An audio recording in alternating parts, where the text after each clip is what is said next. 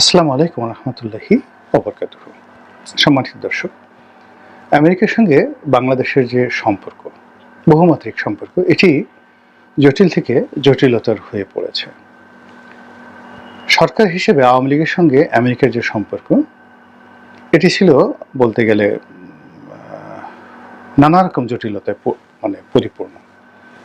America বাংলাদেশের কাছে, বিশেষ করে শেখ হাসিনার কাছে কতগুলো বিষয়ে গ্যারান্টি চেয়েছিল।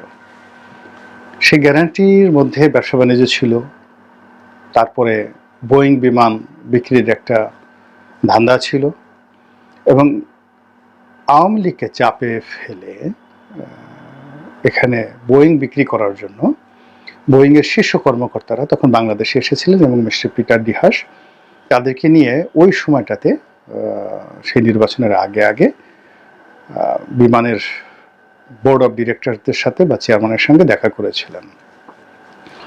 এরপর তাদের যে তেল কোম্পানি একজন মোবিল, তো এই কোম্পানিটিকে আমাদের কক্সবাজার সমুদ্র উপকূলে তেল গ্যাস অনুসন্ধান এর যে কাণ্ড বা কাজ, কর্মযজ্ঞ, এটি দেওয়ার জন্য আমেরিকার পক্ষ থেকে বিরাট একটা চাপ ছিল, এবং আমেরিকাকে শান্ত করার জন্য মোটামুটি আওয়ামী লীগ রাজি হয়েছিল এই একজন মোবিলকে কাজটি দেওয়ার জন্য। কিন্তু বিমান ক্রয়ের ব্যাপারে তারা ফ্রান্সের সঙ্গেই যোগাযোগ রক্ষা করার চেষ্টা করেছে। এর কারণ হলো, ফ্রান্সের যে লবিটি ছিল, সেই লবির মাধ্যমে ইউরোপীয় ইউনিয়নকে শান্ত রাখার জন্য আওয়ামী লীগ যে চেষ্টা করেছিল, সেখানে তারা সফল হয়েছিল। দ্বিতীয় যে বিষয়টি নিয়ে মূলত আওয়ামী লীগ আর আমেরিকার মধ্যে দূরত্ব ছিল, সেটা আমরা সবাই যেটা জানি, সেটা হলো কোয়াড যে চুক্তি বা ইন্দো প্যাসিফিক যে চুক্তি। তো এই কোয়াডে অন্তর্ভুক্ত হওয়া নিয়ে আমেরিকার চাপ ছিল, আর চীনের বাধা ছিল। এটাকে আওয়ামী লীগ, যাকে বলা হয়, সামাল দিতে পারেনি। তারা আমেরিকাকে সান্ত্বনাও দিতে পারেনি, কোয়াডে অংশগ্রহণ না করে আমেরিকাকে খুশিও করতে পারেনি, আবার অন্যদিকে চীনকে অ্যাভয়েড করেও সে এই কাজটি করতে পারেনি। আর যে বিষয়টি আমরা শুনেছিলাম, সেটা আমেরিকা অস্বীকার করেছে, কিন্তু আওয়ামী লীগ বারবার যেটা বলেছে যে তারা সেন্ট মার্টিন লিজ নেওয়ার জন্য বা কিনে নেওয়ার জন্য বা তাদেরকে দিয়ে দেওয়ার জন্য তারা একটা সামরিক ঘাঁটি বানাবে সেখানে, এটার জন্য প্রচণ্ড চাপ দিচ্ছে। এবং শেখ হাসিনা যদি এই যাকে বলা হয় সেন্ট মার্টিন দ্বীপটি দিয়ে দেন, তাহলে তার ক্ষমতায় থাকতে আর কোনো অসুবিধা নেই। যা হোক, এই বিষয়গুলো নিয়ে এখনো কথা হচ্ছে, এবং ওই সময়টাতে খুব বেশি আলাপ আলোচনা হচ্ছিল। এবং এরই মধ্যে যখন শেখ হাসিনার পতন হলো, এবং পতনের আগে এবং পরে মিস্টার ডোনাল্ড লু তিনি যেভাবে এসেছিলেন বাংলাদেশে শেখ হাসিনার পতনের ঠিক কিছুদিন আগে, আবার পতনের পরে, এবং পরবর্তীতে যা কিছু ঘটেছে, এতে স্পষ্টতই বোঝা যায় যে এই যে ছাত্র আন্দোলন, তারপর এই যে গণ অভ্যুত্থান, এটার প্রতি আমেরিকার একটা সমর্থন ছিল। কিংবা এখানে যদি পর্দার আড়ালে কিছু ঘটে থাকে, যেটিকে ডক্টর মোহাম্মদ ইউনূস ম্যাটিকুলাস বলেছেন, পূর্ব পরিকল্পিত, সাজানো গুছানো, তো সেই পূর্ব পরিকল্পনা কিছু থাকে, সেখানে মিস্টার ডোনাল্ড লু এবং তার যে সহযোগী আমেরিকান সিআইএ থেকে শুরু করে মোসাদ, আরও অনেকের এখানে হস্তক্ষেপ থাকতে পারে বা থাকাটাই স্বাভাবিক। তো সেই বিষয়গুলো নিয়ে এখন আমাদের চিন্তা করার সময় ছিল না। এর কারণ হলো যে শেখ হাসিনার পতনে বা তার 15 বছরের যে শাসনের মধ্যে, বিশেষ করে শেষ 10টি বছর 2014 থেকে 2024, আমরা ছিলাম একেবারে যাকে বলা হয় দিশাহারা, কুলহারা, এবং আমরা কিছু চাইনি। আমরা শুধু চেয়েছিলাম যে শেখ হাসিনা চলে যাক ক্ষমতা থেকে, তারপর বিনিময়ে যা কিছু হোক, আমরা মরে যাব, আমরা গলায় দড়ি দেব, বা আমরা বিষ খেয়ে মরবো, এটাও আমাদের কাছে কোনো সমস্যা ছিল না। আমরা শেখ হাসিনার শাসন আমল থেকে রক্ষা পাওয়ার জন্য কিন্তু সবাই সর্বোচ্চ যাকে বলা হয় আশা করেছিলাম, আকাঙ্ক্ষা করেছিলাম। ফলে 5 তারিখে যখন তিনি চলে গেলেন, হেলিকপ্টারে করে চলে গেলেন না ঠিক, তাকে পাঠিয়ে দেওয়া হয়েছে। তিনি কোনো ভারতীয় হেলিকপ্টারে যাননি, সেনাবাহিনীর হেলিকপ্টারে তিনি গিয়েছেন, এবং বেশ রাজকীয়ভাবেই তিনি গিয়েছেন। তাকে বিদায় জানানো হয়েছে, সরকারি কর্মকর্তারা উপস্থিত ছিলেন সেখানে, এবং ভারত তাকে রাজকীয় মেহমান হিসেবে সেখানে গ্রহণ করেছে। তো এটা আলাদা একটা পার্ট।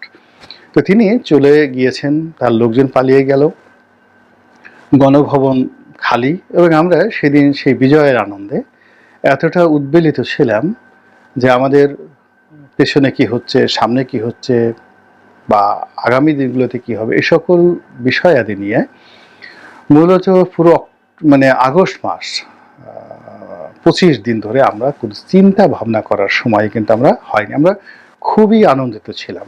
উপদেষ্টা মণ্ডলীতে কারা আসেন, ডক্টর মোহাম্মদ ইউনূস কি চমক দেখান, তার সঙ্গে যে বিশ্ব নেতৃবৃন্দের যে সম্পর্ক রয়েছে, বিশ্বব্যাংকের সম্পর্ক রয়েছে, আইএমএর সম্পর্ক রয়েছে, আমেরিকার টপ টুলো সবার সঙ্গে যে সম্পর্ক রয়েছে, এই সম্পর্কের বিনিময়ে বাংলাদেশ কি দ্বিতীয় সিঙ্গাপুর হয়ে যাচ্ছে, নাকি বাংলাদেশ লন্ডন হবে বা নিউ ইয়র্ক সিটির মতো হবে, এই সমস্ত বিষয় নিয়ে আমরা স্বপ্ন দেখছিলাম। আর শেখ হাসিনার যে গালাগাল বা শেখ হাসিনা এবং তার সরকারের যে দুর্নাম বদনাম, এইগুলো শুনে বা বলে এর মধ্যে আমাদের জীবন এবং জীবিকা আমরা সীমাবদ্ধ রাখছিলাম।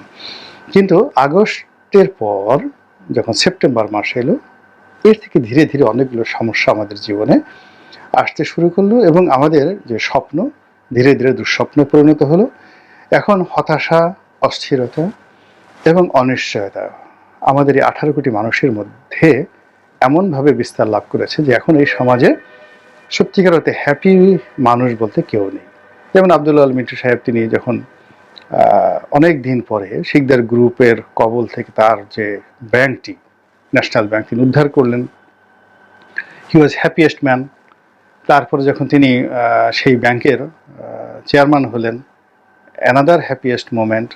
কিন্তু এখন তিনি বলছেন যে তিনি এই ব্যাংকের চেয়ারম্যান হয়ে বিপদে পড়েছেন। এর কারণ হলো বাংলাদেশ ব্যাংক খুব একেবারে ন্যাশনাল ব্যাংকের টুটি চেপে ধরেছে। 2 নম্বর হলো আগে বাংলাদেশ ব্যাংক সাহায্যকারী শক্তি হিসেবে ন্যাশনাল ব্যাংকে লুটপাট করতে দিয়েছে, আর এখন জাস্ট তারা নিয়মকানুন পালন করার কারণে ন্যাশনাল ব্যাংকে প্রায় প্রতিদিনই অপ্রীতিকর ঘটনা ঘটছে বিভিন্ন ব্রাঞ্চে।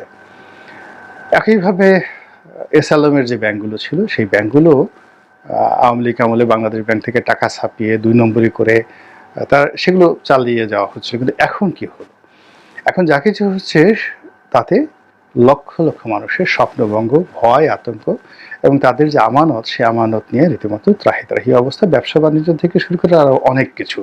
তো এগুলো একটা ভিন্ন প্রসঙ্গ।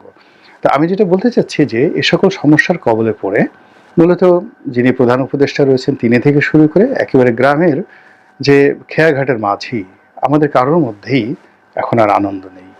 যে আনন্দে আমরা আগস্ট মাসের পুরোটা সময় নেচেছিলাম, এখন আমরা একই দুঃখ বেদনার কারণে বুক চাপড়ে আমরা আহাজারি করার জন্য আমাদের বোধহয় খুব বেশি সময় অপেক্ষা করতে হবে না। তো এরই মধ্যে যেটি হলো সেটি হলো যে এই সরকারের যে হানিমুন পিরিয়ড, এটি অতিক্রান্ত হয়ে গেছে, এবং এই সরকারকে নিয়ে আমাদের যে উচ্চাকাঙ্ক্ষা ছিল যে আমেরিকার সঙ্গে তাদের একটা খুব ভালো সম্পর্ক আছে, এটি নিয়ে নানা রকম কথাবার্তা আমরা শুনতে পাচ্ছি। আমরা শুনতে পেলাম যে আমাদের অর্থ উপদেষ্টা এবং বাংলাদেশ ব্যাংকের গভর্নর যখন আমেরিকাতে ছিলেন, ওয়াশিংটনে ছিলেন মূলত আইএমএফ এর বৈঠকে যোগদান করার জন্য, এবং তারা ভিজিট করছিলেন কূটনৈতিক পাসপোর্ট নিয়ে এবং কূটনৈতিক প্রোটোকল নিয়ে, এবং সেখানে অলনে সাডেন দেখা গেল একটা মামলা হয়ে গেল এবং এই দুজনের বিরুদ্ধে গ্রেপ্তারি পরোয়ানা জারি হয়ে গেল আমেরিকার একটা কোর্ট থেকে। এখন এটার কারণ অনেক পুরনো, মানে 2006 সনের একটা কারণ, একটা ডিসপিউট। এখন 2006 সনে বিএনপি জমানার ডিসপিউট বা 111-এর সময় ডিসপিউট। এখন সেই ডিসপিউট চলতে চলতে এসে এই সময়টাতে যখন এই দুজনের বিরুদ্ধে ওয়ারেন্ট ইস্যু হয়ে গেল, আমরা সাধারণ পাবলিক তো এত কিছু বুঝতে চাই না। আমরা বুঝতে চাই যে ডক্টর মোহাম্মদ ইউনূসের লোকজন তারা আমেরিকাতে গিয়েছেন, যেখানে জো বাইডেন তাদেরকে হোয়াইট হাউসে নিয়ে মিষ্টি খাওয়াবেন, পোলাও খাওয়াবেন, কোরমা খাওয়াবেন। এবং আপনারা যারা আছেন আমেরিকাতে আছেন, আপনারা হয়তো জানেন যে হোয়াইট হাউসের ঠিক পাশেই ক্যাপিটাল হিল। তো ক্যাপিটাল হিলের পরে সেখানে জুডিশিয়ারি ডিপার্টমেন্ট রয়েছে, এবং জুডিশিয়ারি ডিপার্টমেন্টের সঙ্গে সেই ইউএস কংগ্রেস রয়েছে। তো এই সবগুলোর মধ্যেই একটা চমৎকার হোটেল আছে, সেটা শুধুমাত্র এমপি এবং সরকারি অতিথিদের জন্য একটা অসাধারণ, মানে পুরো আমেরিকাতে এত লাক্সারিয়াস খাবার হোটেল আর নেই, যেখানে খাবার বিক্রি করা হয় ওজন করে করে, বেস্ট কোয়ালিটি ফুড। তো অ্যাটলিস্ট সেখানে গিয়ে সেই ফুডগুলো আমাদের যারা লোকজন রয়েছে তারা কিনে খেলেও সেখানে গিয়ে ওজন করে খেতে পারে না আর কি। যা হোক, হাসলাম। আমি আমেরিকাতে যখন ছিলাম সরকারের গেস্ট হিসেবে, তখন সেখানে আমি খেতে গিয়েছিলাম এবং খেতে গিয়ে একটা খুব বিরূপ পরিস্থিতিতে পড়েছিলাম। আপনাদেরকে বলি, হাসি আসলো এই কারণে যে আমাদের মধ্যে একজন সংসদ সদস্য ছিলেন, তো তিনি মনে করেছিলেন যে খাবারগুলো সব মাগনা। তো মাগনা, তো তিনি একদম প্লেট ভরে ভরে সেই কিউতে দাঁড়িয়ে যত ভালো ভালো খাবার আছে পছন্দ করে বিশাল এক মানে প্লেট ভরে ফেললেন। ভরে ফেলার পরে যখন দেখা গেল যে সবাইকে পে করতে হচ্ছে এবং খাবারের ওজন অনুযায়ী, এবং তিনি এত নিয়েছিলেন যে দেখা গেল যে আমার প্লেটের ওজন এসলো $100। আমেরিকাতে $100 খাবার কিন্তু অনেক অনেক বেশি। যেখানে $20-25 লাঞ্চ হয়ে যায়, সেখানে $100 অনেক বেশি। কিন্তু সেই যে আমার সাথে যে সহযোগী ছিলেন তার বিল এসে গেল অ্যাবাউট $500।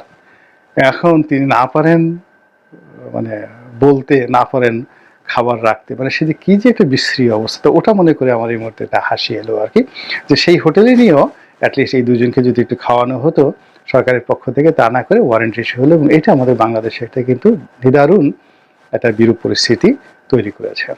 এর বাইরে আমেরিকার যে মানবাধিকার অফিসগুলো রয়েছে সরকারের, তারাও ভিন্ন ভাষায় কথা বলছে। তারপর জাতিসংঘের যে মানবাধিকার কমিশন রয়েছে, তারা বাংলাদেশে আসলো এবং বাংলাদেশে একটা অফিস পর্যন্ত তারা স্থাপন করতে চাচ্ছে। তো এগুলো সরকারের জন্য খুবই অস্বস্তিকর। অন্যদিকে ইউরোপ, মানে যেটা ওদের যে একটা স্টেট ডিপার্টমেন্ট রয়েছে, পররাষ্ট্র দপ্তর থেকে নিয়মিত প্রেস ব্রিফিং করা হয়। তো এখানে যে কর্মকর্তা নিয়মিত কথাবার্তা বলেন, আগে তো এখানে কিছু কি হয়ে গেল, সেখানে বিএনপির পক্ষে সবসময় মুশফিক ফজল আনসারী সাহেব উনি প্রশ্ন করতেন, এবং ওখানে আওয়ামী লীগের লোকজন বেশি একটা পাত্তা পেতেন না। কিন্তু কি করে যেন এটা বিএনপি করলো না ডক্টর মোহাম্মদ ইউনূস সরকার করলো, আমি এটা বলতে পারবো না, মুশফিক ফজল আনসারীকে ওখানে উনি অ্যাজ এ ভ্যানগার্ড হিসেবে কাজ করতেন, কিন্তু সেই ভ্যানগার্ডের জায়গা থেকে তাকে রাষ্ট্রদূত বানিয়ে দেওয়ার পরে ওই জায়গাটা ফকফকে ফাঁকা। এখন আওয়ামী লীগের লোক প্রশ্ন করতে পারছে, আওয়ামী লীগের লবির যে লোক রয়েছে তারা প্রশ্ন করতে পারছে, ভারতীয় লোকজন প্রশ্ন করতে পারছে, এবং বাংলাদেশ সংক্রান্ত যে প্রশ্ন ইদানিংকালে সেখানে আলোচিত হয়েছে, বিশেষ করে সংখ্যালঘুদের বিষয় এবং অন্যান্য বিষয়। এবং ওই বিষয়ে মার্কিন পররাষ্ট্র দপ্তর যে কথাগুলো বলেছে, যা কিনা ইউনূস সাহেবকে একেবারেই বিব্রতকর অবস্থার মধ্যে পড়েছে, ফেলে দিয়েছে। তো সব মিলিয়ে মনে হচ্ছে যে আমরা ইউনূস সাহেবকে কেন্দ্র করে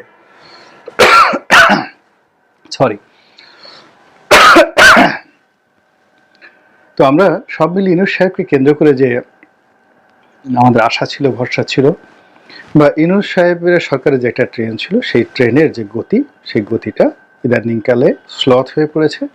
এবং আমেরিকার সঙ্গে তার যে সম্পর্ককে নিয়ে আমরা যে স্বপ্ন দেখেছিলাম, সেই স্বপ্নটার উপরে রীতিমতো গজব নাজিল হয়েছে মিস্টার ডোনাল্ড ট্রাম্পের একটি টুইটার বার্তার মাধ্যমে।